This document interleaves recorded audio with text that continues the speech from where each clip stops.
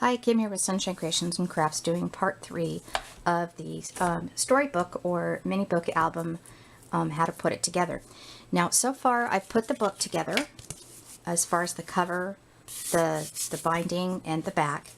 And then I just showed you on part 2 how to do the hinge binding, making sure that you cut the corners.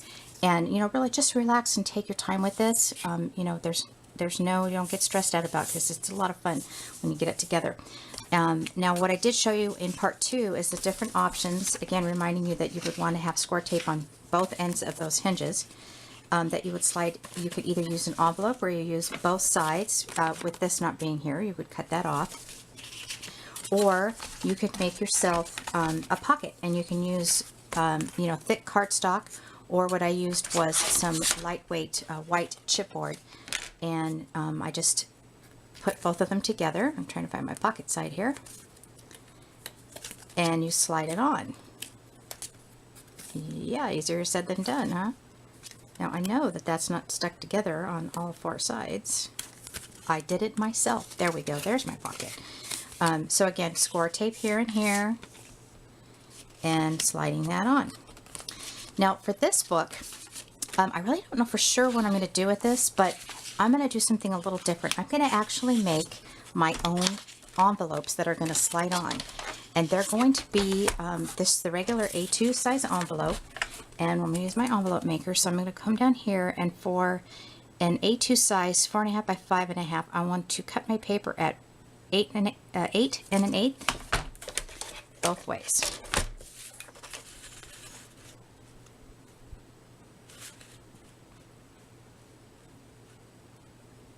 Okay, so there's 8 and 1/8,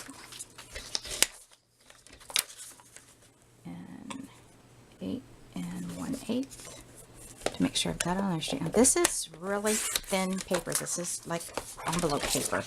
I use it for my scrapbook paper. I'm going to go ahead and make our envelope now. So I want to go ahead and I want to do my first score line at 3 3/4. I should know this because I make these all the time. There's just things I've chosen not to continually keep memorizing because my brain cannot hold all that information anymore.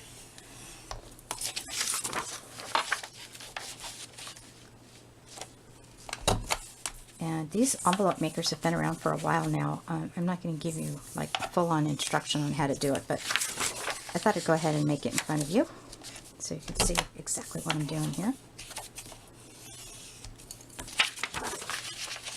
And it's basically, the same thing as the white envelope that I showed you earlier. But it's a patterned paper, so you don't have to put patterned paper on top of your pocket pages. All right, so we're going to bring this in.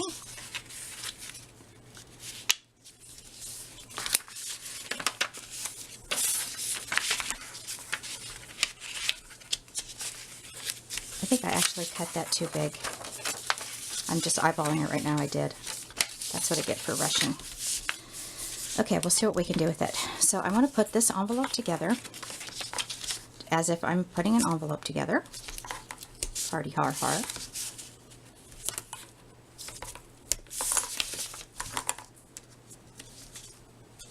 But I want to cut that extra flap off so that I'm making a pocket out of this. So let's put that down like this.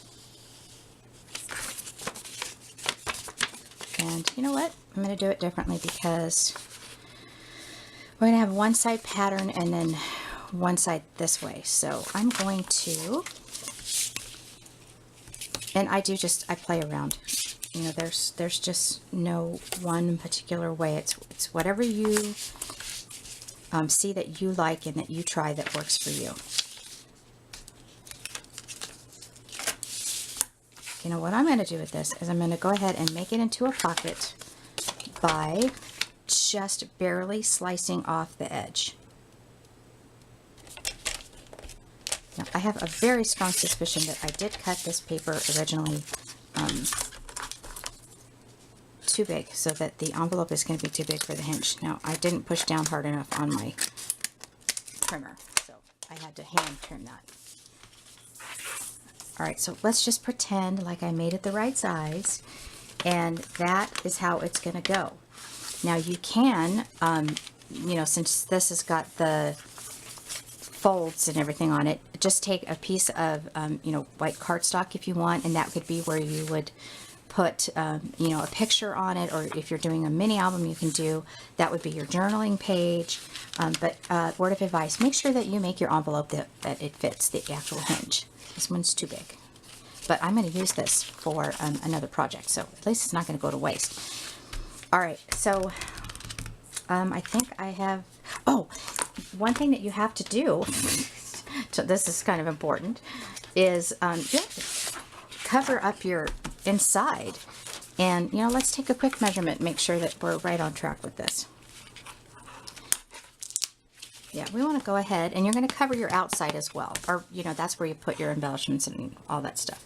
So we're going to do, and I want to leave a little bit of the white showing, so let's do a 4 1/4. This is just soft, not soft, just regular paper. So okay, so let's do 4 1/4, and we'll do, then I made it just slightly bigger, so we'll do 5 1/2 on this one.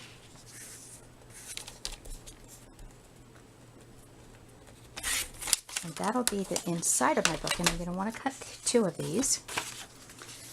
And that's going to go right inside. Now, I don't like the size of that, so I'm going to go ahead and make it the full size. I've got a little bit of extra paper here. And let's do the whole 4 3/4. I'm sorry, 4 1/2. 4 1/2. Never mind. Don't listen to me. 4 1/2. 5 3/4. Because we want to cover up the whole thing. You don't want to see all those lines.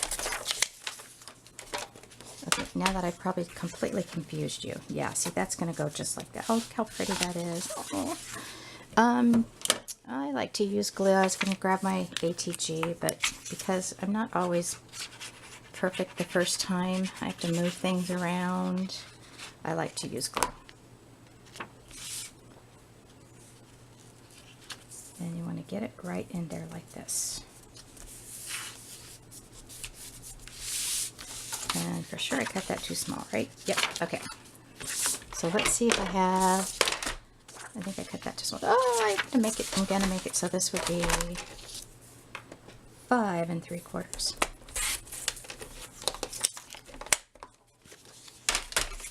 And then you're covering up your hinge binding and, you know, all the extra little creases and lines and stuff like that.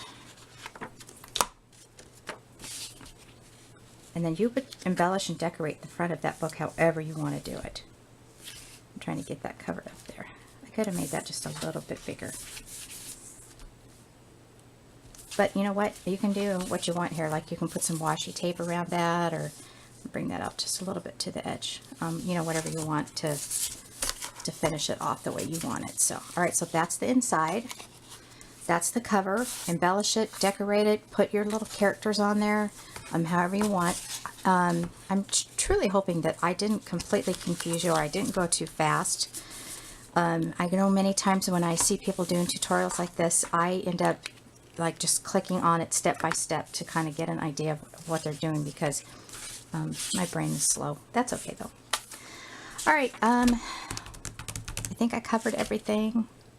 But you know what? This is, you know, please leave a comment if you have any questions, and I will try to help you out the best I can. Thanks so much for watching, and have fun making your book. Have a great day.